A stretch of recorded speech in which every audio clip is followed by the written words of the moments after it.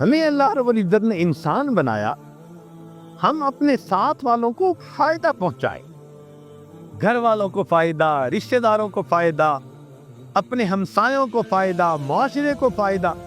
مومن ہوتا ہی وہی ہے جو ہر ایک کا خیر خواہ ہوتا ہے۔ نبی علیہ السلام نے فرمایا الدین النصیحہ، دین سراسر خیر خواہی۔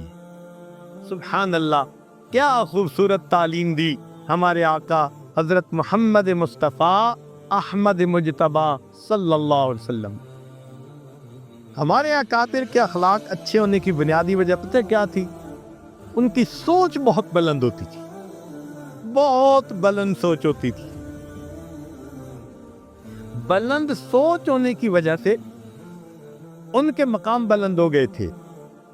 آپ غور کریں کہ ایک پتنگا ہے، اس کو پروانہ کہتے ہیں، اسی سے ملتا جلتا ایک اور ہے جس کو مکھی کہتے ہیں، اس کے بھی دو پر، اس کے بھی دو پر، اس کو پروانہ نہیں کہتے، حالانکہ یہ اس سے ملتا جلتا ہے، سائز بھی ایک جیسا، مگر اس کو پروانہ کہیں گے اور اس کو مکھی کہیں گے۔ اس کی وجہ یہ ہے کہ اس مکھی کی سوچ گندی، یہ نجاست پہ بیٹھتی ہے، گند ڈھونڈتی ہے، اس کی گندی سوچ کی وجہ سے اس کو مکھی کہتے ہیں۔ اور پروانہ کس کو کہتے ہیں؟ جو روشنی کے اوپر، نور کے اوپر اپنے آپ کو فدا کرتا ہے۔ کہنے کو ہم بھی مسلمان، کہنے کو ہمارے اکابر بھی مسلمان، مگر اگر دنیا کی محبت دل میں بھر کے جیتے پھر رہے ہیں تو اللہ کی نظر میں ہماری مثال گندی مکھی کی ہے، اور ان کی مثال اللہ کی نظر میں پروانے کی مانند۔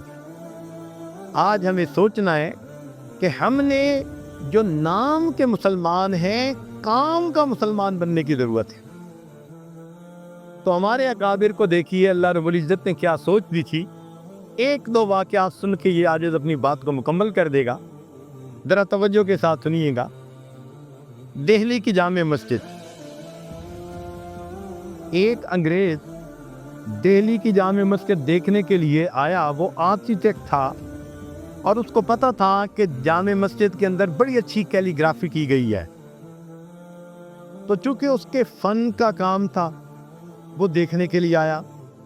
اب دہلی کی جامع مسجد میں کئی سیڑھیاں چڑھ کے جاتے ہیں، اور سیڑھیوں پہ آپ نے دیکھا کہ کئی مرتبہ فقراء بیٹھے ہوتے ہیں، سائل بیٹھے ہوتے ہیں۔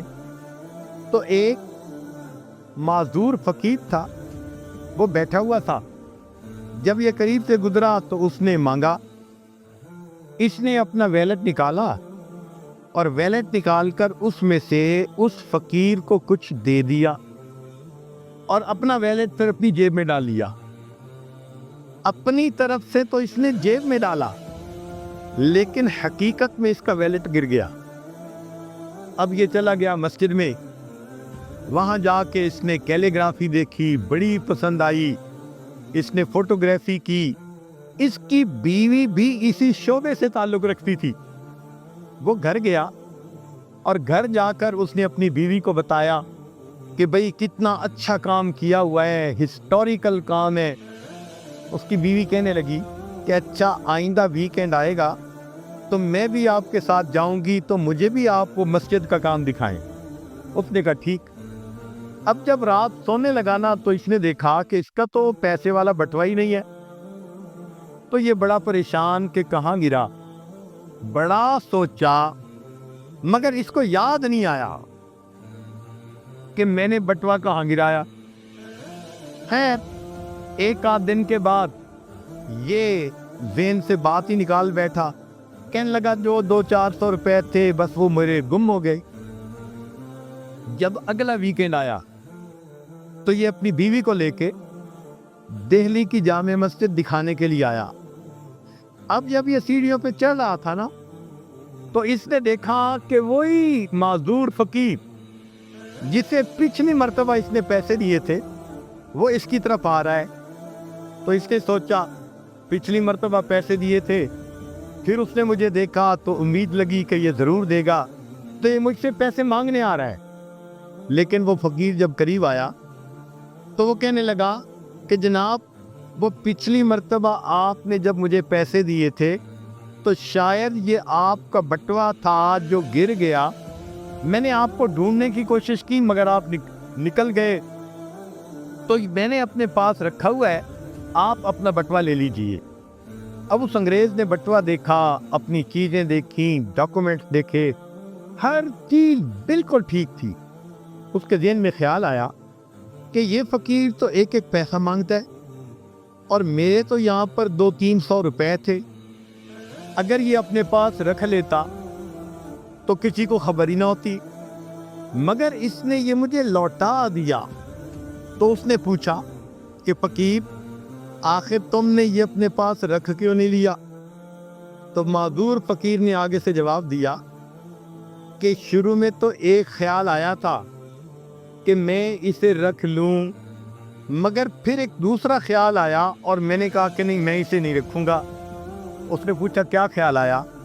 تو وہ معذور فقیر کہتا ہے کہ مجھے یہ خیال آیا کہ میں نبی علیہ السلام کا امتی ہوں، آپ عیسیٰ علیہ السلام کے امتی ہیں، اگر میں نے آپ کا یہ ویلٹ چوری کر لیا تو ایسا نہ ہو کہ قیامت کا دن ہو اور آپ کے نبی میرے آقا صلی اللہ علیہ وسلم کو گلا دے کہ تمہارے امتی نے میری امتی کی چوری کی تھی۔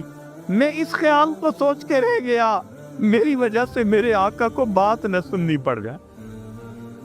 ایک وقت تھا فقیروں کی کیفیت یہ ہوا کرتی تھی، فرشتوں کو دکھانا تھا بشر ایسے بھی ہوتے۔ نبی علیہ السلام نے ایسی تعلیمات کی، خوش اخلاقی کی کہ جنہوں نے اس کو اپنایا وہ واقعی انسانیت کے لیے فخر ہو گئے۔ کیا خوبصورت سوچ ہوتی تھی۔ آپ سوچئے اگر ہماری سوچ ایسی ہو تو ہم کسی کا نقصان کر سکتے ہیں؟ کسی کی عزت کی طرف میلی نظر ڈال سکتے ہیں؟ ہرگز نہیں۔ یہ ساری باتیں ہی غفلت کی وجہ سے ہوتی ہیں۔ آج اس غفلت کو دور کرنے کے لیے ہم یہاں اکٹھے ہیں۔